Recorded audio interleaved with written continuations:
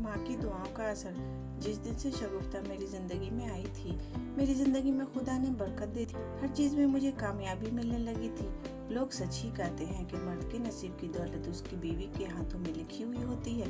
मैं शुरू से ही थोड़ा आवारा किस्म का था, ना मुझे पढ़ाई का शौक और ना ही किसी काम धंधे का। लेकिन जिस दिन से शगुफ्ता मेरी बीवी बनी थी, उस दिन से मुझे अपने अंदर तब्दीली सी महसूस हुई थी। मैं उसको देखता तो हैरान रह जाता कि वह कितनी अच्छी लड़की है। क्या कोई इतना अच्छा भी हो सकता है? मेरा दिल चाहता था कि मैं अपनी बीवी की हर ख्वाहिश, हर ज़रूरत, हर फरमाइश पूरी करूं। बस इसी वजह से मैंने नौकरी ढूंढना शुरू कर दिया। मेरी अम्मी तो पहले ही शगुफ्ता से बहुत मोहब्बत करती थी।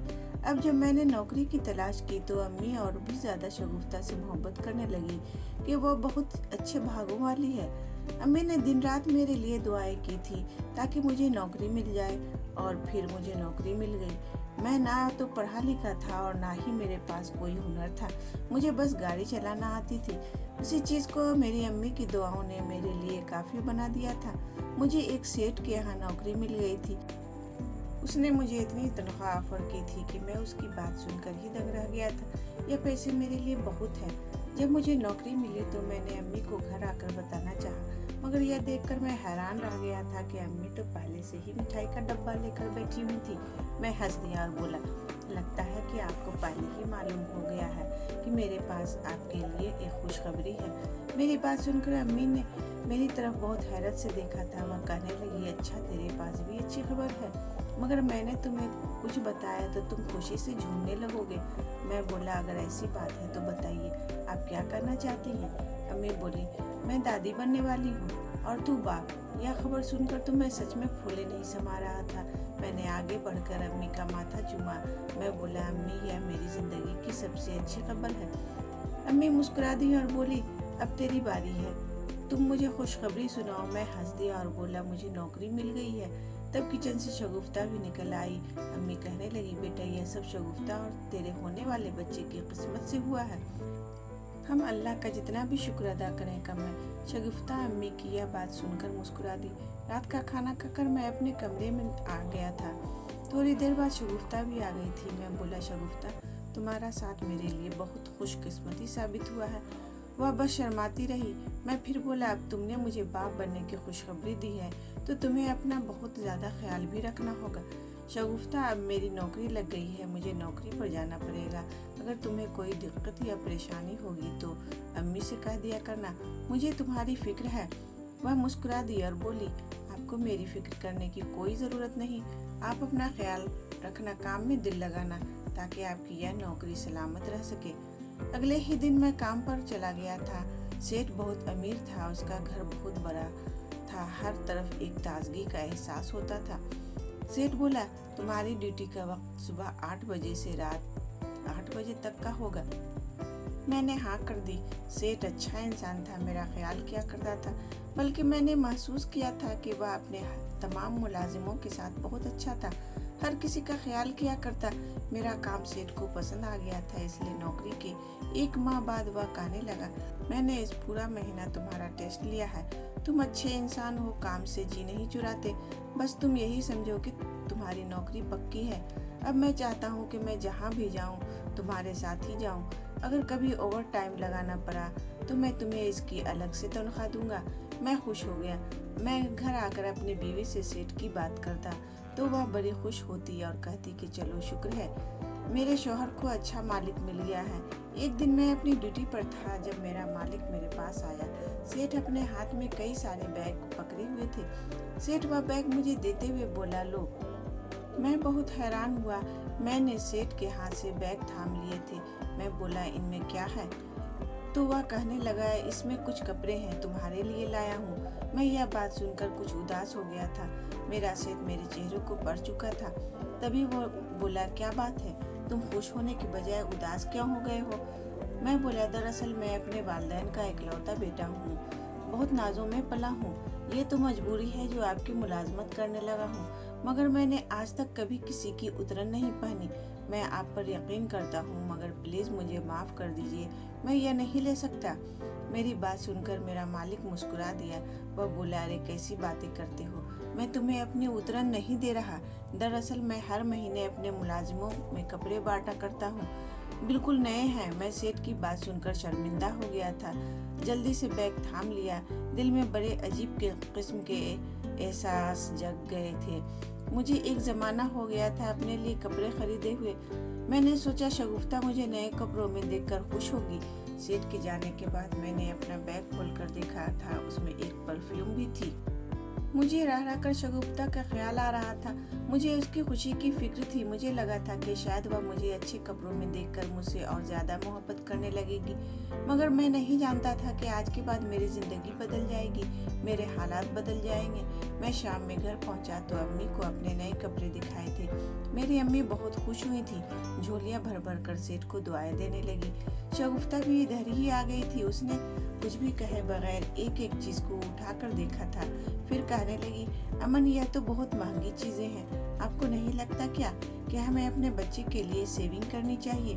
मैं बोला, यह मैंने खुद नहीं खरीदे, मेरे सेठ ने दिए हैं। तब वह हैरत से मुझे देखने लगी थी और बोली, क्या आपका सेठ इतना अमीर है कि महंगी महंगी चीज़ें बांटता है? मैंने हाँ में सिर हिला दिया था, मगर मैं यह कहाँ जानता था कि मेरी बीवी यह सुनकर सेठ से मुतासिर होने लगेगी। शगुफ्ता अक्सर मेरे पास बैठकर पूछा करती, अमन आपके सेठ की उम्र कितनी होगी?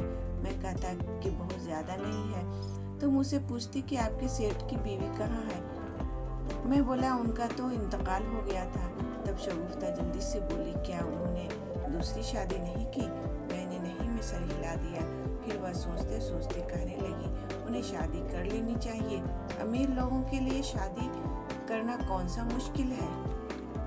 एक दिन मुझसे कहने लगी, अमन आप मुझे अपने सेठ से मिलवाने ले चलेंगे? मैंने बहुत हैरत से शगुफ्ता की तरफ देखा।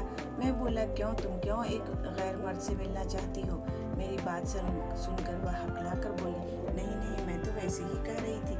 मुझे कुछ दिनों से शगुफ्ता के अंदाज बदले बदले लग रहे थे, इसलिए मैं उससे बोला, मुझे तुम्हारी यह बात बिल्कुल भी अच्छी नहीं लगी। आज के बाद मेरे सामने यह हरगिज मत कहना कि तुम मेरे सेठ से मिलना चाहती हो। मेरी बीवी के चेहरे से शर्मिंदगी झलक रही थी।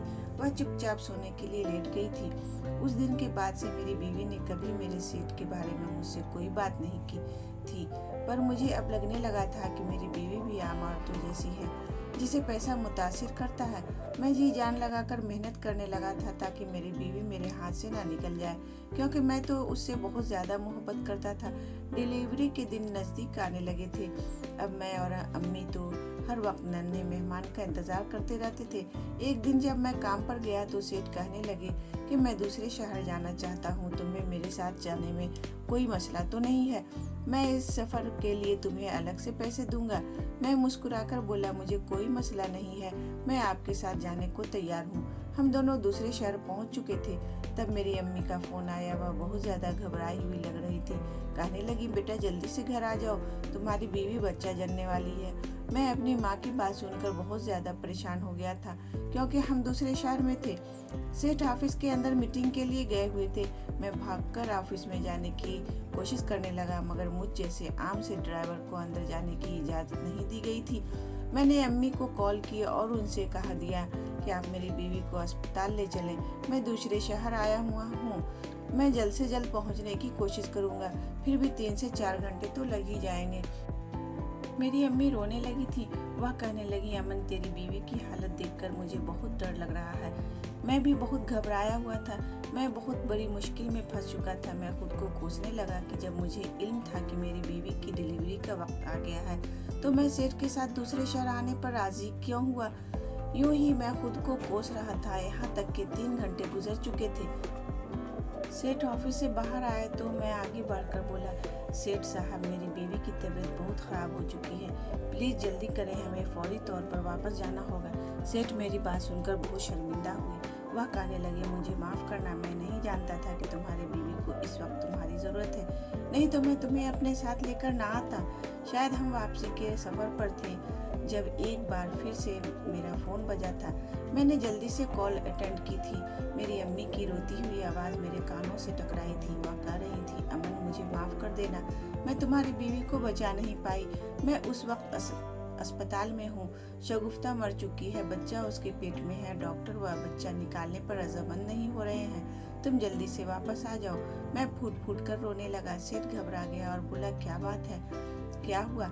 मैं बोला, मेरी बीवी मर गई है। सेठ ड्राइविंग सीट पर आकर बैठ गया और बोला, गाड़ी मैं चलाता हूँ, तुम आराम करो। मैं रोते हुए बोला, सेठ साहब, अब मेरी जिंदगी में आराम कहाँ? रास्ता बड़ी मुश्किल से कटा था।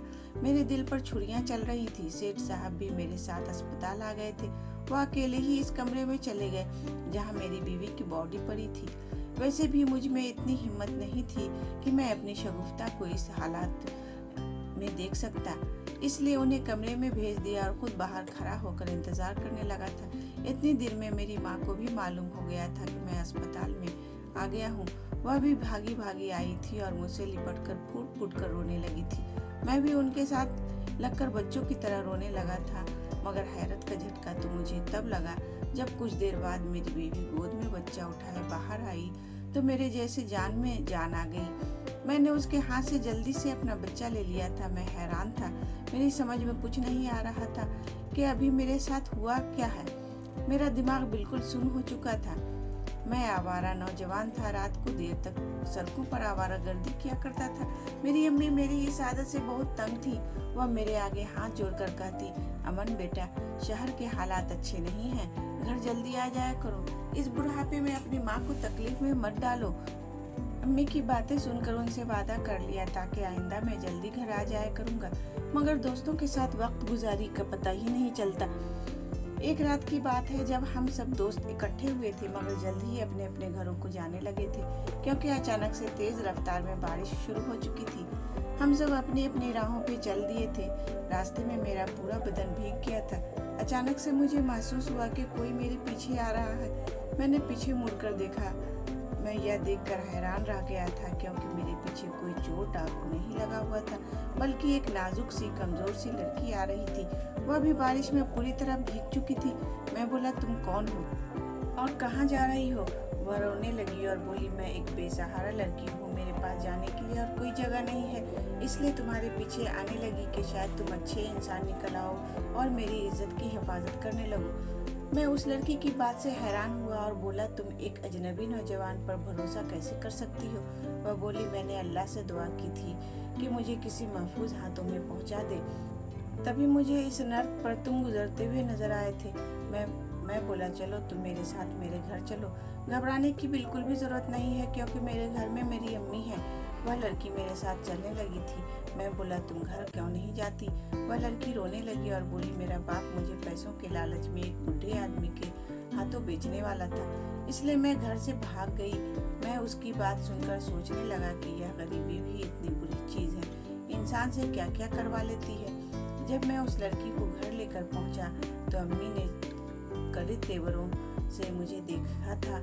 तब वह अजनबी लड़की रोती हुई मेरी अम्मी के गले लग गई थी। उसने मेरी अम्मी को अपनी सारी मजबूरी सुना दी तो अम्मी का दिल नरम पड़ गया था। उस लड़की को अपने साथ अपने कमरे में ले गई थी। सुबह हुई तो मुझे पता चला कि उस लड़की का नाम शगुफ्ता है। वह बहुत ही खूबसूरत लड़की थी, मुझे वह अच्छी लगने लगी थी। मैंने अम्मी से कहा कि आप मेरी शादी इससे करवा दें। अम्मी ने शगुफ्ता से कहा, मैं तुम्हारी माँ की जगह पर हूँ, इसलिए तुमसे यह बात कर रही हूँ। अमन तुमसे शादी करना चाहता है, मगर वह निकम्मा है, कोई काम नहीं करता है। अगर तुम्हें यह रिश्ता मंजूर नहीं तो तुम फिर भी मेरी बेटी बनकर इस घर में रह सकती हो। शगुफ्ता कहने लगी, आंटी आप भी बहुत अच्छी हैं और आपका बेटा भी बहुत शरीफ है। शायद मुझे इतने अच्छे लोग दोबारा मिले, इसलिए मैं शादी पर रजामंद हूँ। और तब हमारी शादी हो गई।